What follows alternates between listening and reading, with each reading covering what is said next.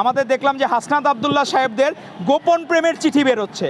তো এটা এক অদ্ভুত বিষয় যে তারা ওই সময় নিজেদের মধ্যে লিয়াজু, এই সোভান সাহেবরা বসুন্ধরা গ্রুপের, এরা কিন্তু সবচেয়ে বড় হাসিনা ফ্যাসিস্ট হওয়ার পিছনে সবচেয়ে বড় উদ্যোক্তা ছিল তারা। জায়গায় তাদের সাথে যে হাসনাত আব্দুল্লাহ যে গোপন প্রেমের চিঠি যে বেরোচ্ছে, তো এই চিঠিগুলা আমাদেরকে ভাবায় যে হাসনাত আব্দুল্লাহরা কিছু হইলেই ক্লাস নেওয়া শুরু করে, অঙ্ক কষা শুরু করে।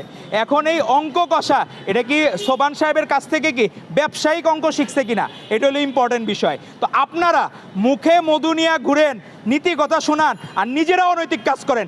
আপনারা এখনো পর্যন্ত এইটার কোনো কিছু সুরাহা করেন নাই আসলেই কি আপনারা তাদের সাথে কোনো অবৈধ চুক্তি করছেন কিনা, যে আপনাদেরকে ব্যাকআপ দিবে, আপনারা তাদের সকল পাপ সকল দোষ মাফ করে দিবেন বা মৌকুফ করে দিবেন।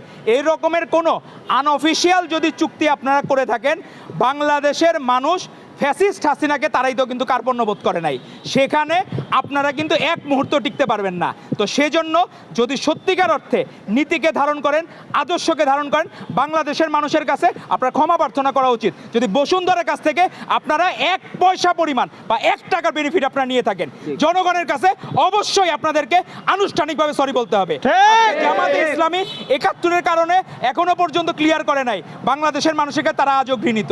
আজকে আপনারা বসুন্ধরার সাথে সে সম্পর্ক করেছেন, আপনারা যদি এটা সুরাহা না করেন, ভবিষ্যৎ প্রজন্মের কাছে আপনারা রাজাকার হিসেবে বিবেচিত হবেন।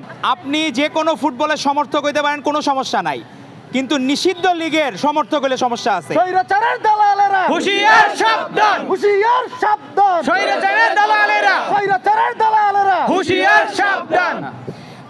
এই ডাক্তার যে ব্যক্তি দিয়েছেন, অনেকেই দেখলাম এই ব্যক্তিরা 24-এর গণ অভ্যুত্থানের সময় সাধারণ শিক্ষার্থীদের, বাংলাদেশের মানুষরা যারা রাজপথে নেমে এসেছিল তাদের বিরুদ্ধে অবস্থান নেওয়া ডাক্তার ছিল এরা।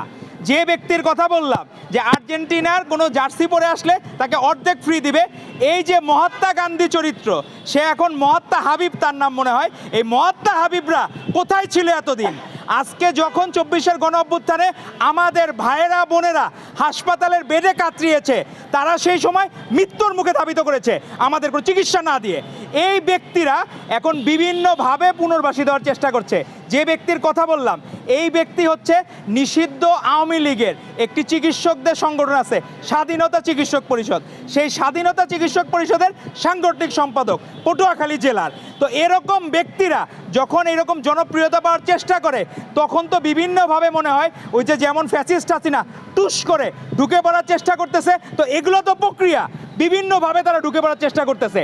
তো আপনার এই খেলাধুলার মাধ্যমে যে ফেরত আসার চর্চা, আগে তো আমরা দেখছি 24-এর গণ অভ্যুত্থানের পরে আনসার লীগের মাধ্যমে আপনারা আন্দোলন করলেন, আমরা দেখলাম রিক্সা লীগের মাধ্যমে আন্দোলন করলেন, এখন কি ব্রাজিল লীগ, আর্জেন্টিনা লীগ শুরু করছেন নাকি যে এগুলা করে পুনর্বাসী দেওয়ার চেষ্টা করা? তো আপনারা এতদিন সমাজের মানুষের কারো পক্ষে কোনোদিন দাঁড়ান নাই, বাংলাদেশের পক্ষে ছিলেন না, আপনারা সবসময় বাংলাদেশের বিপক্ষে কাজ করেছেন। তো যখন আপনারা বাংলাদেশের বিপক্ষে কাজ করেছেন, আজকে কেন ভাই আপনার খেলাধুলা নিয়ে আবার পুনর্বাসিত হওয়া লাগবে? আমরা দেখতেছি এরকম সস্তা জনপ্রিয়তা পাওয়ার জন্য। তো সাংবাদিক বন্ধুরা, আপনাদের ভাইদেরকে বলবো, আপনারা যখন এরকম দেখবেন যে ফ্রি সেবা দিবে, তো এই ব্যক্তিকে জিজ্ঞেস করবেন যে এই মহাত্মা গান্ধীর মতো মহাত্মা হাবিবরা আগে 24-এর গণ অভ্যুত্থানের সময় সেবা দিছে কিনা, তখন ফ্রি চিকিৎসা করাইছে কিনা, এই বিষয়গুলো আপনি একটু সতর্ক থাকবেন। কারণ এরা কিন্তু সমাজে বিভিন্নভাবে পুনর্বাসিত হওয়ার চেষ্টা করবে, কিন্তু এদেরকে এরা সমাজের জন্য ক্ষতিকারক। এরা এই পুনর্বাসিত হয়ে কী করবে? আমার ভাইদেরকে, আমার বোনদেরকে, সাধারণ নাগরিকদের উপর জুলুম করার চেষ্টা করবে। তো তাদেরকে কোনোভাবে আর জুলুম করার সুযোগ দেওয়া যাবে না। তারা বাংলাদেশের সমাজে তাদেরকে অবাঞ্ছিত ঘোষণা করতে হবে। এই সব সস্তা জনপ্রিয়তা তাদেরকে সুযোগ দেওয়া যাবে না। এবং আমরা দেখলাম একজনের দেখা দেখি আরেকজন আবার মাত্রাতিরিক্ত সরেশ, কেউ দাঁতের চিকিৎসা ফ্রি করাইতেছে, অমুক সমর্থক তমুক সমর্থক, কিন্তু ব্যাকগ্রাউন্ড দয়া করে আপনারা চেক করবেন। এই ব্যাকগ্রাউন্ড যাদের, প্রত্যেকেরই কোনো না কোনো গণ্ডগোল আছে, যারা এইসব সস্তা জনপ্রিয়তা। তো আগে তো মনে করতাম আমরা খালি বিভিন্ন জায়গায় হিরো আলমরা আছে, এখন দেখলাম ডাক্তারদের মধ্যেও হিরো আলম আছে, মহিলা মমতাজ আছে, এগুলো শুরু হয়ে গেছে।